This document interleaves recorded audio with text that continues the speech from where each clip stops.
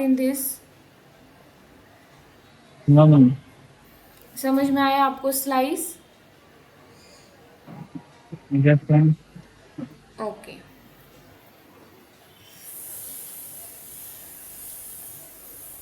तो यहाँ पे अगर आप इस क्यूब में देखोगे तो Q1 के लिए सिर्फ यहाँ पे वैल्यूज़ हैं, राइट? तो वो वैल्यूज़ यहाँ पे आ गए।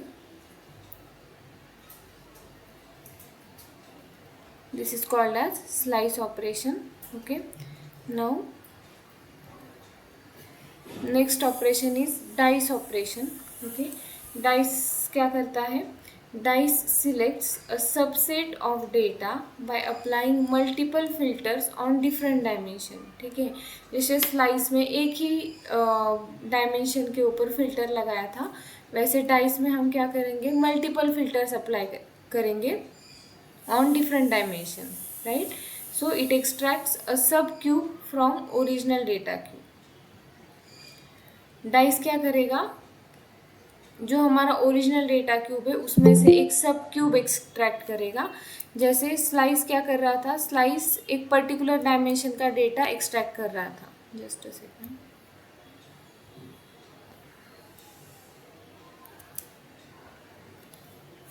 ठीक है, जैसे हमने देखा यहाँ पे data cube with time item location slice में था, तो हमने क्या किया? Slice on time Q1, right? वैसे अगर आप डाइस ऑपरेशन देखोगे तो given dimensions are same, time item and location, लेकिन अभी हम क्या करेंगे? Time equal to Q1 Q2, item is equal to home and computer, location is equal to Toronto and Vancouver. ठीक है, तो अगर आप इसमें देखोगे, ये जो ऊपर वाला पार्ट है यहाँ पे दिखाया है डाइस ऑपरेशन। ठीक है, तो डाइस ऑपरेशन में ये जो हमारा ओरिजिनल क्यूब है इसमें से एक सब क्यूब हमने एक्सट्रैक्ट किया है, राइट? और इस सब क्यूब का डेटा अगर आप देखोगे तो इसमें है Q1 Q2, फिर आइटम में है होम एंटरटेनमेंट कंप्यूटर, और सिटी में है वैंकूवर टोरंटो, राइट? तो ये एक छोटा वाला क्यूब हमने इसमें से एक्सट्रैक्ट किया है। ठीक है, this operation is called as dice operation. Okay, जिसमें हम मल्टीपल फिल्टर्स लगाते हैं। ठीक है, स्लाइस में क्या करते हैं? हम एक ही फिल्टर लगाते हैं। This is difference between slice and dice. Okay, and now only one operation is remaining, that is pivot. Okay, pivot का मतलब होता है रोटेशन। ओके, तो पिवोट ऑपरेशन सिर्फ क्या करता है? Reorients the data cube. Reorient मतलब रीऑर्गेनाइज करता है डेटा क्यूब को, चेंजिंग पर्सपेक्टिव ऑफ एनालिसिस। ठीक है, तो सिंपली वो क्या करता है? It will swap rows and columns in tabular report. Pivot operation का मतलब होता है कि रो को कॉलम में और कॉलम को रो में कन्वर्ट करना। ठीक है, तो अगर आप अगेन उस डायग्राम में देखोगे तो पिवोट ऑपरेशन यहाँ पे दिया है सबसे नीचे यहाँ पे। तो पिवोट में क्या हुआ? हमने क्या किया है? पहले स्लाइस ऑपरेशन से जो टेबल मिला हमें उसको उस पर हमने पिवोट ऑपरेशन परफॉर्म किया। तो ये पिवोट क्या करेगा? ये जो टेबल है इसको रोटेट कर देगा। ठीक है, तो यू कैन इमेजिन कि इस टेबल को अगर हम 90 डिग्री में रोटेट कर देते हैं तो क्या हो जाएगा? ये जो कॉलम में डेटा है वो रोज में आ जाएगा, राइट? तो वही सेम ऑपरेशन यहाँ पे परफॉर्म किया, राइट? तो ये जो वैल्यूज है यहाँ पे आ गई विथ रिस्पेक्ट टू Q1। ठीक है, ये जो home entertainment computer phone security था वो भी यहाँ पे रोज में आ गया जो पहले कॉलम में था, राइट? और शिकागो, न्यूयॉर्क, टोरंटो, वैंकूवर जो रो में था वो कॉलम में आ गया। This operation is called as pivot operation. Okay, so pivot is simply rotation where we rotate the report. जो भी हमें रिपोर्ट मिला है उसका पर्सपेक्टिव चेंज करने के लिए हम पिवोट ऑपरेशन परफॉर्म करते हैं। Any doubt in pivot or any other operation? No ma'am. Okay, clear? So in this table you can see summary of OLAP operation. Okay, सबसे पहले हमने देखा था रोल अप। रोल अप क्या करता है? Aggregates the data to higher level. Okay, जैसे sales by अगर मंथ है आपके डेटाबेस में तो उसको क्वार्टर में, ईयर में ऐसे कन्वर्ट करना।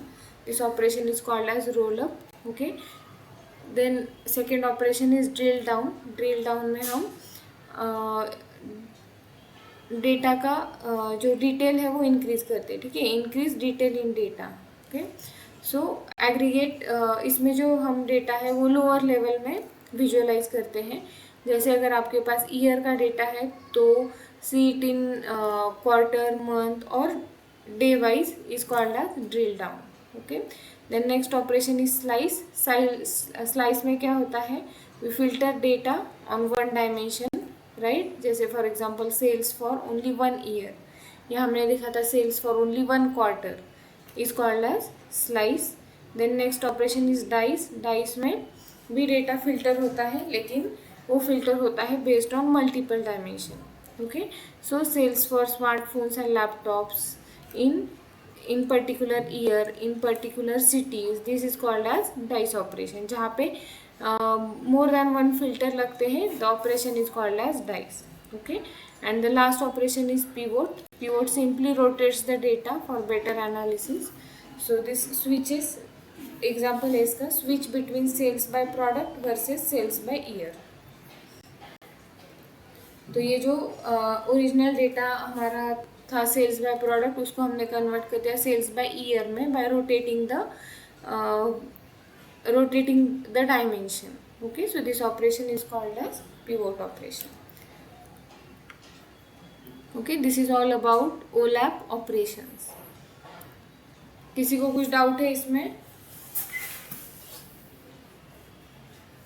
So with this we have finished with data warehousing concept. Okay, data warehouse में मैं आपको बताती हूँ हमने क्या क्या देखा।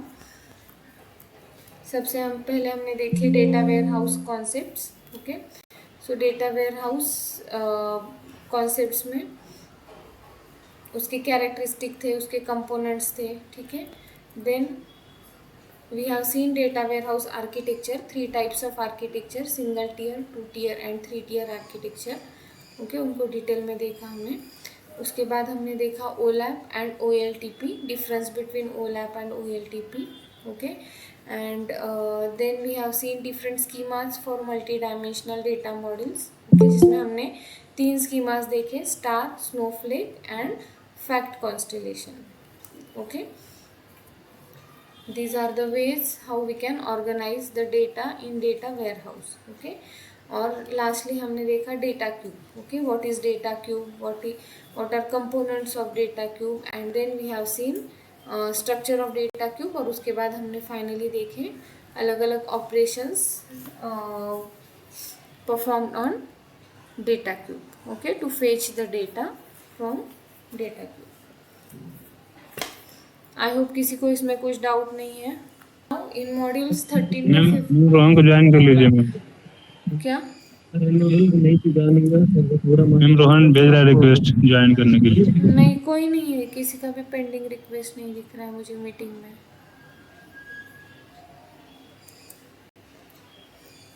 Okay, now in module 13 to 15 एक बहुत इंटरेस्टिंग कॉन्सेप्ट हम देखने वाले हैं, एसोसिएशन रूल माइनिंग।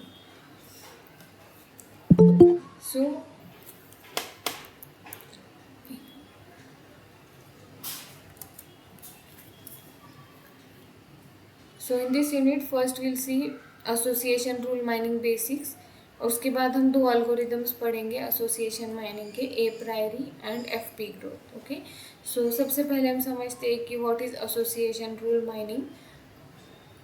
ओके, तो let us start with example. ऐसा इमेज देखा है आपने कहीं पे? यस मैम, देखा है। देखा है ना, अमेज़ोन पे आप ऑनलाइन परचेस करते होंगे, तो अगर आपने किसी एक आइटम को ओपन किया तो उसके साथ नीचे ऐसा एक कॉम्बिनेशन आ जाता है, राइट, फ्रीक्वेंटली बॉट टुगेदर आता है ना, विथ उसका प्राइस, राइट। तो जो अमेज़ॉन है वो कौन से बेसिस पे देता है कि अगर आपने जैसे मान लो कि कैमरा आप सर्च कर रहे हो, राइट, तो वो कौन से बेसिस पे आपको कैमरा के साथ एक मेमोरी कार्ड और एक बैटरी का सजेशन देता है? मैम डेटा देता है मैम। ना, तो कैसे देता होगा, ऐसे रैंडमली देता होगा, तो फिर ये नो मैम, रिकमेंड करता है। रिकमेंड करता है, राइट। रिकमेंड कौन से बेसिस पे करता होगा रिकमेंड? मैम उसके कैटेगरी के बेसिस पे। कैटेगरी के बेसिस पे, करेक्ट। और क्या हो सकता है? जैसे कैमरा, मेमोरी कार्ड और बैटरी का कैटेगरी एक हो सकता है, तो on the basis of category आपको सजेस्ट कर रहा है कि आप कैमरा के साथ मेमोरी कार्ड और ये भी ऑर्डर करो। और क्या हो सकता है? मैम और हो सकता है पीपल्स परचेस डेटा के हिस्ट्री के ऊपर। Right, very good. जो हिस्ट्री है, मतलब अगर बहुत सारे लोगों ने कैमरा के साथ मेमोरी कार्ड और बैटरी ऑलरेडी परचेज किया है, तो ऑन दैट बेसिस, जो परचेज हिस्ट्री है उसके बेसिस पे भी ये रिकमेंडेशन दे सकता है, राइट। लेकिन क्या अमेज़ॉन हर एक कस्टमर की परचेज हिस्ट्री सर्च करके फिर उसमें से फाइंड आउट करेगा वन बाय वन कि कौन से आइटम सिमिलर है या कौन से आइटम साथ में खरीदने चाहिए? नहीं, राइट। यहाँ पे कुछ एक एल्गोरिदम अप्लाइड है जो ऑटोमेटिकली ये जो रिकमेंडेशन है वो फाइंड आउट करता है, और जब भी आप कोई भी एक आइटम ओपन करते हो तो उसके साथ वो आपको रिकमेंडेशन देता है, करेक्ट। Yes ma'am.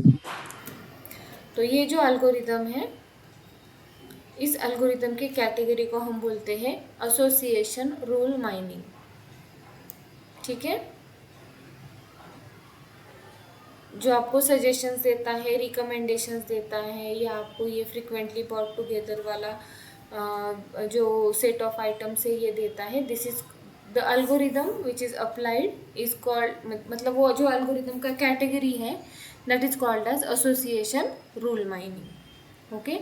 वो ये जो रूल है, मतलब कैमरा के साथ कार्ड और बैटरी खरीदनी चाहिए, this is what it is one type of rule. तो ये जो रूल फाइंड आउट करने का काम है वो एल्गोरिथम एसोसिएशन रूल माइनिंग में होता है, ठीक है। So what is association rule mining? It is a technique in data mining that discover interesting relationships और associations between variables in large data set, right. जैसे अभी आपने बताया कि परचेस हिस्ट्री के ऊपर वो डिसाइड करता होगा कि कौन से आइटम का कॉम्बिनेशन देना चाहिए, राइट। तो ये परचेज हिस्ट्री ऐसे नहीं है कि 10 या 12 रिकॉर्ड्स है उस हिस्ट्री में और उसमें से हमने फाइंड आउट कर लिया कि कौन सा कॉम्बिनेशन बहुत बार परचेस हुआ है, राइट। वहाँ पे 10 मिलियन 12 मिलियन इतने रिकॉर्ड्स हो सकते हैं मिनिमम, करेक्ट। तो इतने बड़े डेटा सेट में वो पैटर्न्स फाइंड आउट करना is very difficult task, and for that task association rule mining is used, okay. It is primarily used to find patterns, correlations and association in transactional data, right। ये जो transactional data है, मतलब यहाँ पे जो हमने example consider किया है वो है परचेस का data which is transactional data, right. तो ये जो ट्रांजैक्शनल डेटा है, इस डेटा में हिडन पैटर्न्स, कोरिलेशन और एसोसिएशन फाइंड आउट करने के लिए हम एसोसिएशन रूल माइनिंग यूज़ करते हैं, ठीक है। रियल लाइफ एप्लीकेशन है उसके market basket analysis, okay. Market basket analysis मतलब वही जो मैंने आपको इमेज बताया। उसके बाद recommender system, right. Recommender system में जैसे नेटफ्लिक्स है या कोई भी एक OTT प्लेटफॉर्म है, वो भी आपको सजेशंस देता है, ठीक है, रिकमेंडेशन देता है। वहाँ पे भी एसोसिएशन रूल माइनिंग यूज़ होता है, ठीक है। दीज आर एग्जांपल्स और real life application where association rule mining is used, okay. तो association rule mining consist of association rules, okay. और एसोसिएशन रूल में क्या होता है? If then, if condition then result, मतलब if I am purchasing a camera then give, ये ऐसे क्यों चल रहा है, एक minute.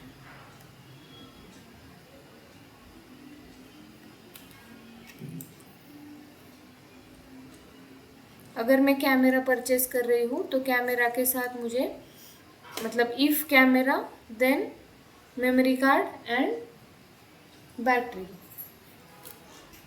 this is called as association rule, right? For example, if customer buys bread then they also buy butter, if a person watches action movies then they might watch thriller movies. ठीक है, ये क्या हो गया, ये सब क्या है, एग्जाम्पल्स ऑफ एसोसिएशन रूल। ठीक है, और ये एसोसिएशन रूल फाइंड आउट करने के लिए हम association rule mining algorithms use करते हैं। क्लियर, बेसिक कॉन्सेप्ट क्लियर हो गया एसोसिएशन रूल माइनिंग का। Yes ma'am, yes ma'am. Okay, these are the applications of association rule mining। Retail and e commerce जैसे मार्केट बास्केट एनालिसिस है, product recommendations है, इसमें use होता है। देन हेल्थ केयर में यूज़ होता है फॉर मेडिकल डायग्नोसिस, जैसे if patient has symptom x then they might also have condition y, right. मतलब अगर कोई एक पेशेंट को एक सिम्टम एग्जिस्ट करता है कि एक सिम्टम से वो सफ़र कर रहा है, तो उसके रिलेटेड जो और भी कुछ सिम्टम्स है वो भी हम टेस्ट कर सकते हैं या करने चाहिए, राइट। देन बैंकिंग में यूज़ होता है for fraud detection. Fraud detection मतलब कि अगर कुछ अनयूजुअल एक्टिविटी है, जैसे एक अननोन नंबर से ट्रांजैक्शन हो रहा है और उसका लोकेशन भी अननोन है, तो हम बोल सकते हैं कि this activity may be fraudulent activity. यहाँ पे भी इफ देन कंडीशन का यूज़ हो रहा है, राइट। तो हमें एसोसिएशन रूल माइनिंग यूज़ करना पड़ता है। Okay, then next social media and content platforms जैसे नेटफ्लिक्स है, यूट्यूब रिकमेंडेशंस है, वहाँ पे जो रिकमेंडेशन आते हैं जैसे users who watch this also watch this, यहाँ पे भी इफ देन वाला कंडीशन है।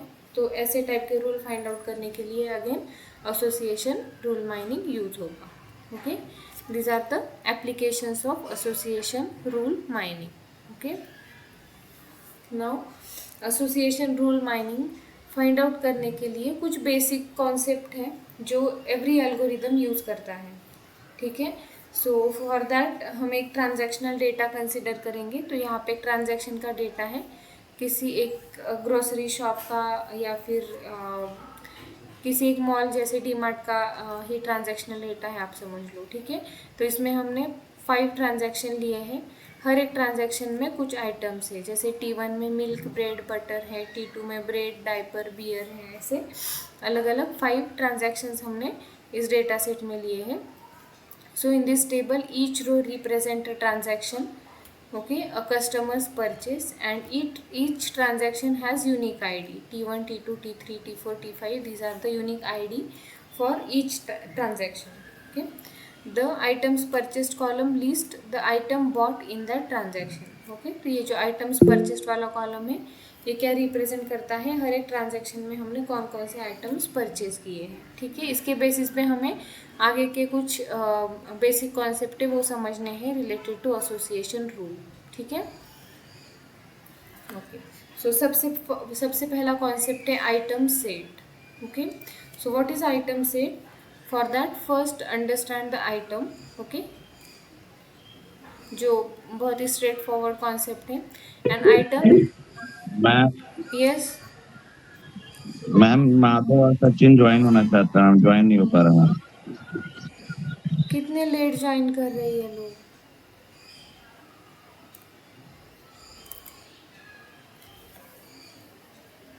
Okay, what is item? Item is a collection of one or more items found within data set। ठीक है, जो डेटा सेट में हमारे आइटम्स हैं उनका collection is called as item set. Okay, for example consider a data set containing various groceries. जैसे हमारा ये डेटा सेट जो मैंने आपको अभी दिखाया, which contain various groceries. Okay, so an item could be combination like cheese tomato. Okay, या फिर यहाँ पे अगर आप देखोगे तो combination like milk bread, bread butter, milk bread butter, या फिर simply milk, this is also item set. ठीक है, तो आइटम सेट बहुत स्ट्रेट फॉरवर्ड है। कोई भी आइटम जो हमारे डेटा सेट में प्रेजेंट है, set of that item is called as item set. ठीक है, so item set can be single item set, 2 item set and 3 item set. ठीक है, तो अगर ट्रांजेक्शन में एक ही आइटम है जैसे milk, this will be a single item set. Milk और ब्रेड है जैसे पेयर है आइटम्स का, इट इज़ 2 आइटम सेट। 3 है तो 3 आइटम सेट। ऐसे कितने भी आइटम का आइटम सेट हो सकता है। ठीक है,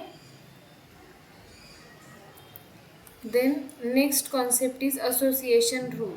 ओके, तो जैसे मैंने आपको अभी बताया, association it is a rule, right? It is a fundamental concept in data mining that reveal how items within data set are connected. Okay, तो association rule होता है in the form of if then. It is typically written as x arrow y. Okay, if x then y, where x and y are different sets of items. ठीक है, तो x और y क्या होते हैं, अलग अलग आइटम सेट्स होंगे. जैसे यहाँ पे अगर मैंने मिल्क और ब्रेड लिया, तो यहाँ पे y में फिर से मिल्क या फिर ब्रेड नहीं हो सकता. They are never overlapping. x और y में जो भी आइटम्स होंगे वो कम्प्लीटली डिफरेंट होंगे. Getting it? आ रहा है समझ में? Yes ma'am. ओके, तो association rule is simply a rule between two item sets, okay, x and y, and it tells that if x then y. Okay, और एक बार, x and y are never overlapping, they are completely different. जैसे अगर एक ये rule आपने consider किया, diaper gives baby wipes. ये rule क्या सजेस्ट करता है? This rule suggest that in transaction where diapers are bought there is a strong likelihood that baby wipes are also purchased. ठीक है, ये रूल क्या कहता है कि अगर कोई डायपर परचेस कर रहा है तो वहाँ पे बहुत ज़्यादा प्रोबेबिलिटी है कि डायपर के साथ वो पर्सन, वो कस्टमर बेबी वाइप्स भी परचेस करेगा. Okay, this is called as association rule. Then next is market basket analysis, which is a primary application of association rule, focusing on analyzing purchase pattern. Okay, market basket analysis क्या होता है? एक association rule का application है जहाँ पे हम purchasing के पैटर्न फाइंड आउट करते हैं. ठीक है, तो इस इमेज में भी आप देखो कि अगर कस्टमर 1 ने ये बाय किया, कस्टमर 2 ने ये बाय किया, कस्टमर 3 ने ये बाय किया, तो जो मार्केट एनालिस्ट होता है वो क्या फाइंड आउट करेगा?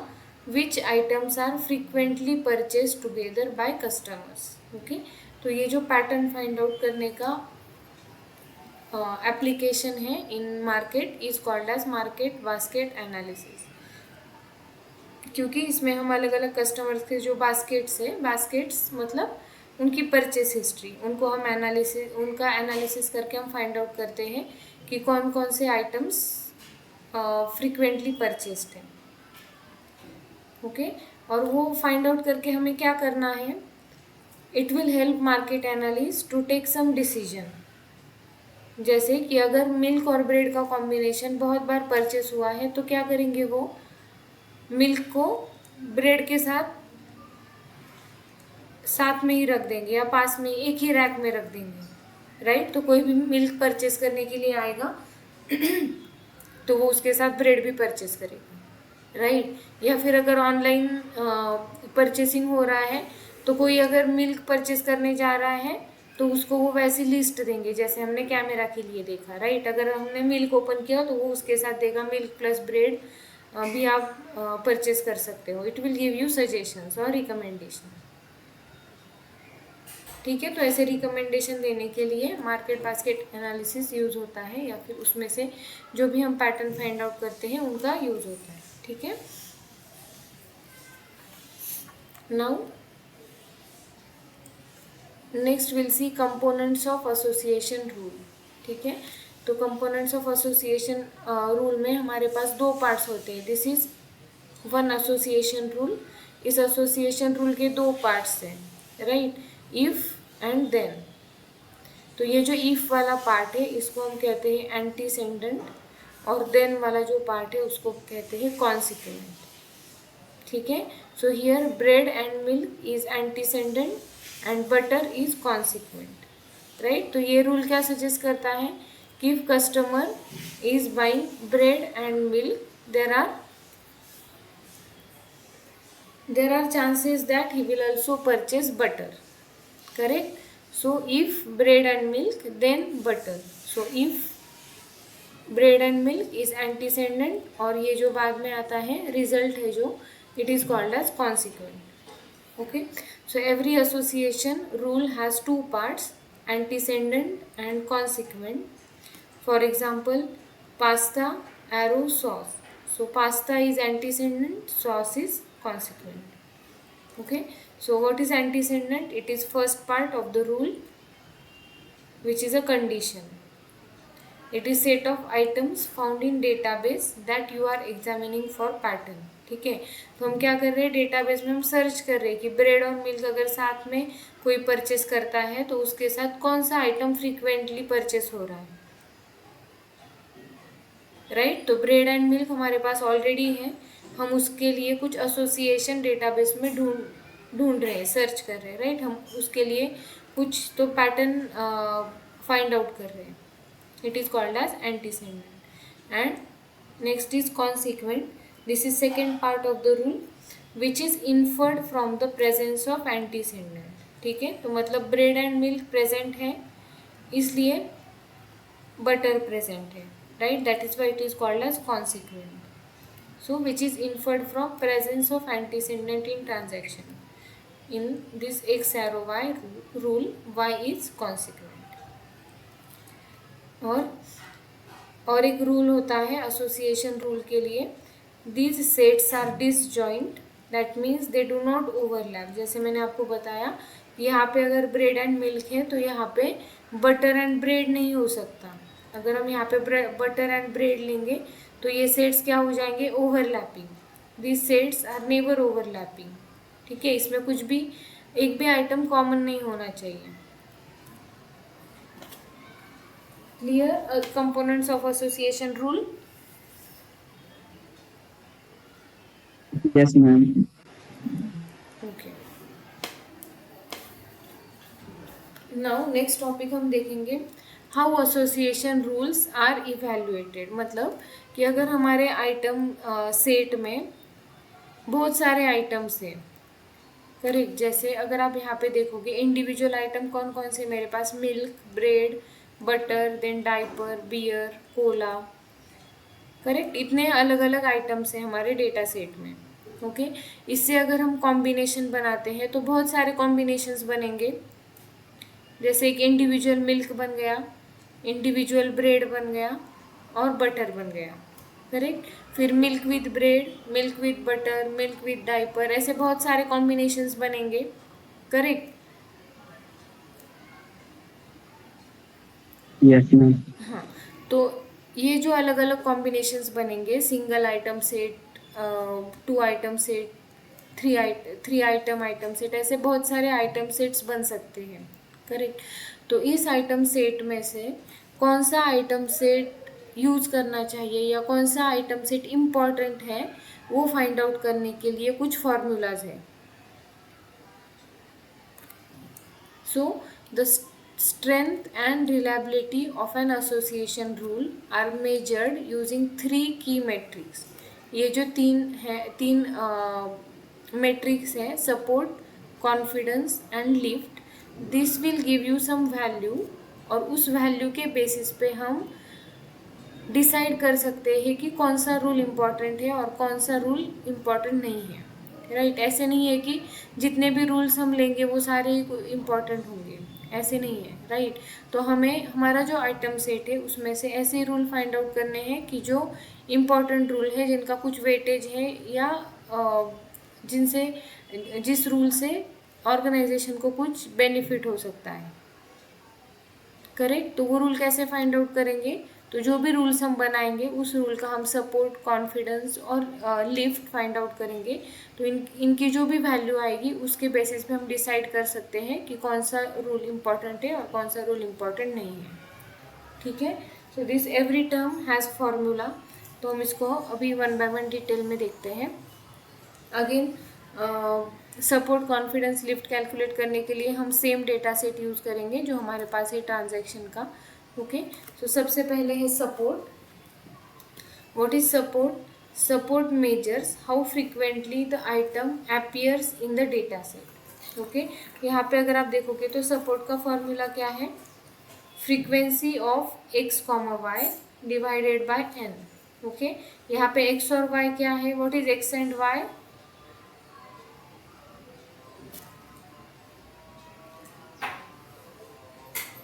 What is x and y here?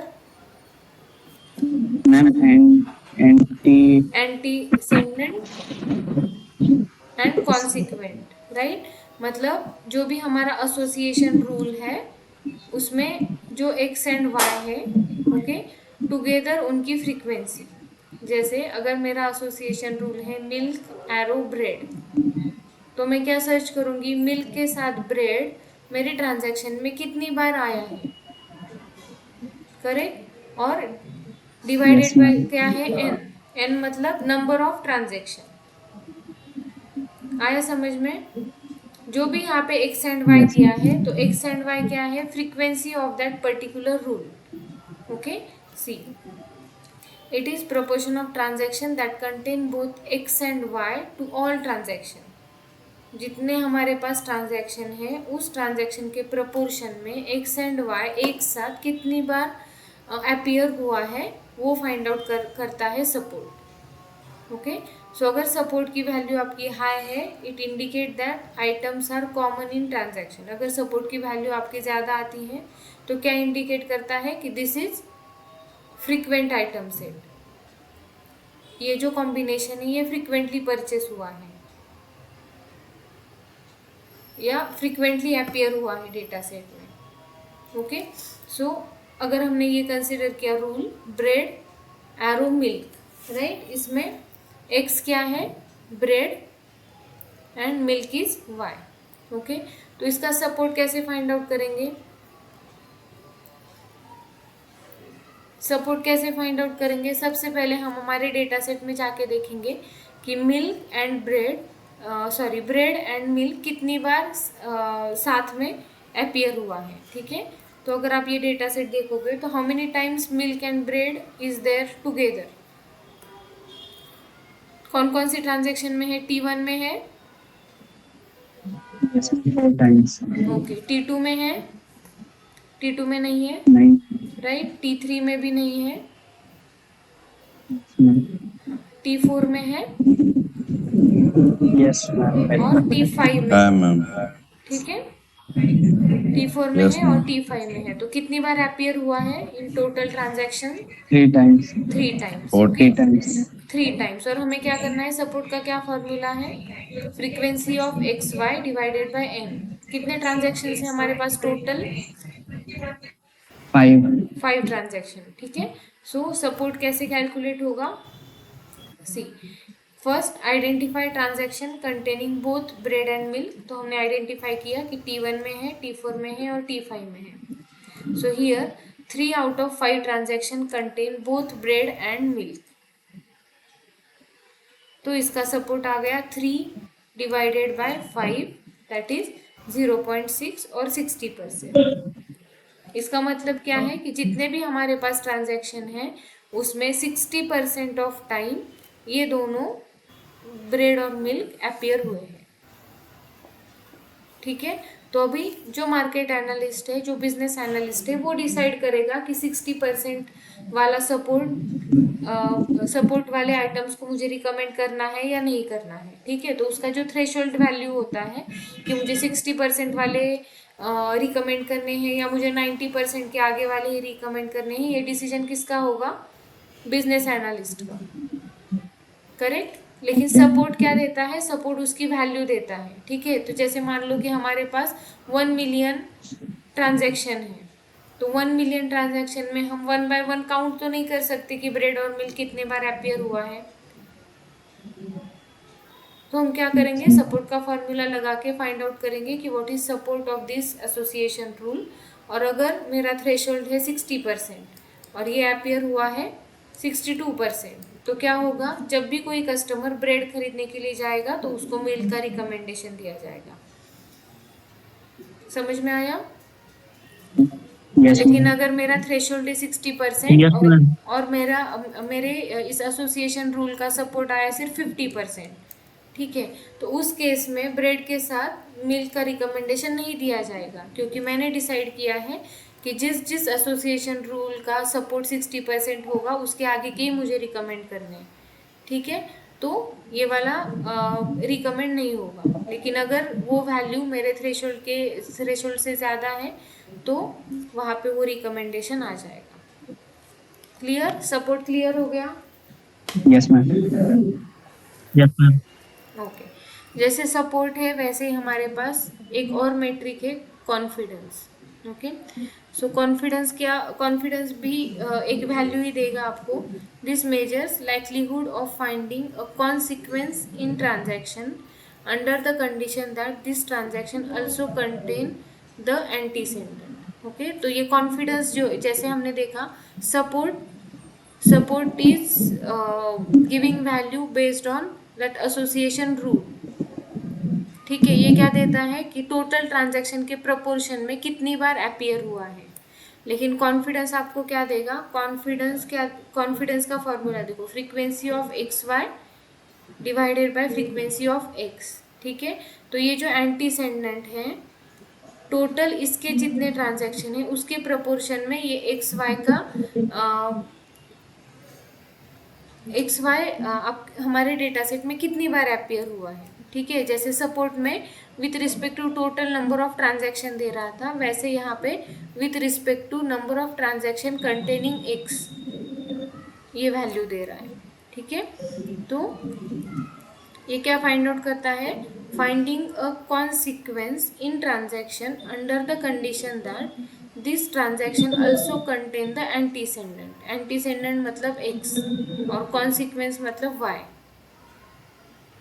ठीक है।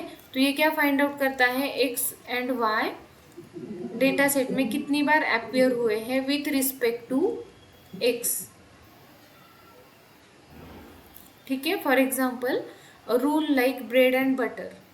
The confidence measure how often butter is bought when bread is bought. Correct? With respect to bread, ये find out कर रहा है इस combination का proportion. So इसका formula है number of transaction with bread, sorry यहाँ पे bread and butter चाहिए था, या फिर यहाँ पे हम मिल्क कर देते हैं, ठीक है। सेम रूल हम कंसिडर करेंगे, bread and milk. Okay, so the number of transaction with both bread and milk divided by number of transaction with just bread. Okay, तो again see in this data set. Okay ma'am. इसमें कितनी बार bread milk और bread साथ में आया है वो तो हमने काउंट कर लिया T1, T4 और T5 में, ठीक है। अभी हमें सारे जो ट्रांजैक्शन है वो नहीं कंसिडर करने, हमें क्या कंसिडर करना है? जिसमें मैम मिल्क हो। क्या कंसिडर करना है? डिवाइड बाय क्या करना है? ट्रांजैक्शन विथ जस्ट ब्रेड जो हमारा एक्स है, ठीक है, क्योंकि हमारा रूल क्या है? Bread with milk, correct. तो ये दोनों यस मैम। 3 ट्रांजैक्शन में साथ में आते हैं, T1, T4, T5। अभी हमें ऐसे ट्रांजैक्शन काउंट करने हैं कि जिसमें सिर्फ क्या होगा? ब्रेड होना चाहिए, ब्रेड हो। ठीक है। तो कितने ट्रांजैक्शन है जिसमें ब्रेड अपीयर हो रहा है यहाँ पे? एक T1 है, T1 है मैम, T2 है, T2 भी है, T3 नहीं है, T4 है, T3 नहीं है, T4 है, T5 है, T5 है। ठीक है। तो यहाँ पे कॉन्फिडेंस के लिए क्या आ जाएगा? 3 डिवाइडेड बाय 4। जैसे सपोर्ट के लिए हमारा आया था 3 डिवाइडेड बाय 5, वैसे कॉन्फिडेंस के लिए क्या आ रहा है? 3 डिवाइडेड बाय 4, ठीक है। तो ये जो रूल है ब्रेड इम्प्लाइज मिल्क या ब्रेड एरो मिल्क, इसका कॉन्फिडेंस कितना आया? 0.75 और 75%,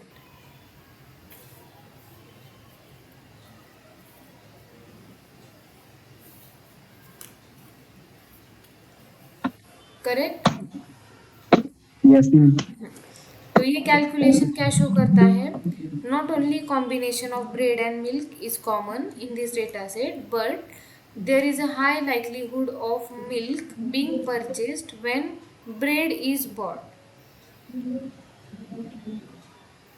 कॉन्फिडेंस जैसे मैंने आपको बताया विथ रिस्पेक्ट टू एक्स जो होता है, जो हमारा एंटीसेंडेंट होता है, उसके रिस्पेक्ट में हमें इस कॉम्बिनेशन की फ्रीक्वेंसी देता है। ठीक है, तो अगेन ये यहाँ पे 75% आया, तो confidence will give you just a value. Again business analyst जो होगा या मार्केट एनालिस्ट जो होगा वो डिसाइड करेगा कि मुझे कॉन्फिडेंस का थ्रेशोल्ड क्या रखना है। ठीक है, तो अगर उसने डिसाइड किया कि मेरा थ्रेशोल्ड है 75%, तो क्या होगा, कोई भी ब्रेड खरीदने जाएगा तो उसको मिल्क का सजेशन या रिकमेंडेशन आ जाएगा। अगर उसने रखा है 80%, तो इस केस में हमारे ब्रेड और मिल्क का कॉन्फिडेंस आ रहा है 75%, तो वहाँ पे कोई ब्रेड खरीदने के लिए जाएगा तो मिल्क का रिकमेंडेशन नहीं आएगा। ठीक है, because this decision is taken by business analyst. ठीक है, बिजनेस एनालिस्ट ने जो भी डिसीजन लिया है उसके बेसिस पे ही रिकमेंडेशन या सजेशंस अपीयर होंगे। Correct? Any doubt in this? Okay, अभी ऐसा ही और एक पैरामीटर है लिफ्ट। ओके, अगर लिफ्ट का फॉर्मूला देखोगे यहाँ पे, तो लिफ्ट के फॉर्मूला में सपोर्ट यूज होता है। ठीक है, तो सबसे पहले हमें उस रूल का सपोर्ट फाइंड आउट करना है और इंडिविजुअली एक्स का और वाई का सपोर्ट फाइंड आउट करना है।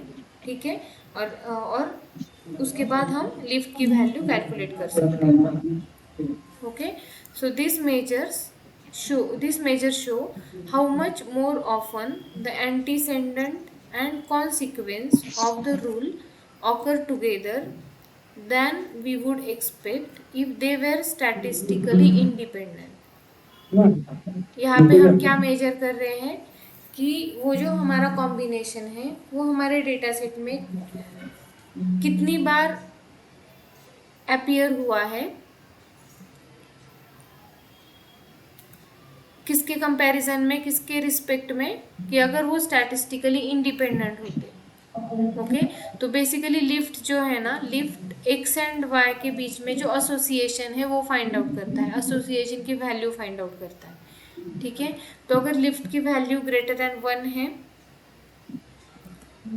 That implies that x and y, that is antecedent and consequent, are dependent. Okay, और लिफ्ट का अगर वैल्यू ग्रेटर देन 1 आता है, that means it indicates the strong rule और स्ट्रॉन्ग एसोसिएशन। आ रहा है समझ में? ओके, तो वैसे ही हम कैलकुलेट कर सकते हैं। सेम रूल हमने यहाँ पे कंसिडर किया ब्रेड एंड मिल्क। ओके, तो अगर उसका लिफ्ट आपको कैलकुलेट करना है तो सबसे पहले इसका सपोर्ट फाइंड आउट करना पड़ेगा। सपोर्ट हमने फाइंड आउट किया था जो था 0.6। ओके, अभी हम x का सपोर्ट और y का सपोर्ट फाइंड आउट करेंगे। कैसे कैलकुलेट कर सकते हैं सपोर्ट ऑफ x? क्या है सपोर्ट का formula? Frequency divided by total number of transaction. ठीक है, तो x क्या है हमारा? ब्रेड, और y क्या है? मिल्क। करेक्ट, तो हमें यहाँ पे x का सपोर्ट फाइंड आउट करना है। कितना आएगा x का support? Frequency of x divided by n। Correct, frequency of x कितना है यहाँ पे? x is bread, milk is y। 3 times। Frequency of bread कितना है? 1, 2, 3 एंड 4। करेक्ट, समझ में आ रहा है? तो सपोर्ट ऑफ x क्या हो गया? 4 डिवाइडेड बाय 5। वैसे ही सपोर्ट ऑफ y क्या आएगा? Frequency of milk divided bye 5। What is frequency of milk? 1, 2, 3, 4। Same, तो ये भी आ गया 4 डिवाइडेड बाय 5। ओके, तो 4 divided by 5 is 0.8। So support of bread arrow milk that is 0.6 divided by 0.8 into 0.8। ठीक है, तो इसकी वैल्यू आ गई 0.93 विच इज लेस देन 1। तो <1 इंडिकेट करेगा कि इनके बीच में ज़्यादा एसोसिएशन नहीं है. There is no strong association between bread and milk. Clear? Yes, ma'am. तो अगेन यहाँ पे भी जो Yes, हमें ma'am. वैल्यू मिल रहा है लिफ्ट का, उसके ऊपर बिजनेस एनालिस्ट डिसाइड करेगा थ्रेशोल्ड, और उसके बेसिस पे सजेशंस आएंगे. ठीक है. अगेन सपोर्ट यूज़ करना है, कॉन्फिडेंस यूज़ करना है या लिफ्ट यूज़ करना है, वो भी बिजनेस एनालिस्ट ही डिसाइड करेगा कि मुझे जो रिकमेंडेशन देने हैं वो सपोर्ट के बेसिस पे देने हैं, कॉन्फिडेंस के बेसिस पे देने हैं या लिफ्ट के बेसिस पे देने हैं. ठीक है. Every formula is different, every concept is different. जो जिस टाइम पे सुटेबल होगा, according to that business analyst will use that particular metric. Okay. और उसके बेसिस पे रिकमेंडेशंस आएंगे. क्लियर? इसमें कुछ डाउट किसी को? No, ma'am. ओके. तो आज के लिए हम रुकते हैं. अटेंडेंस लेती हूँ जस्ट.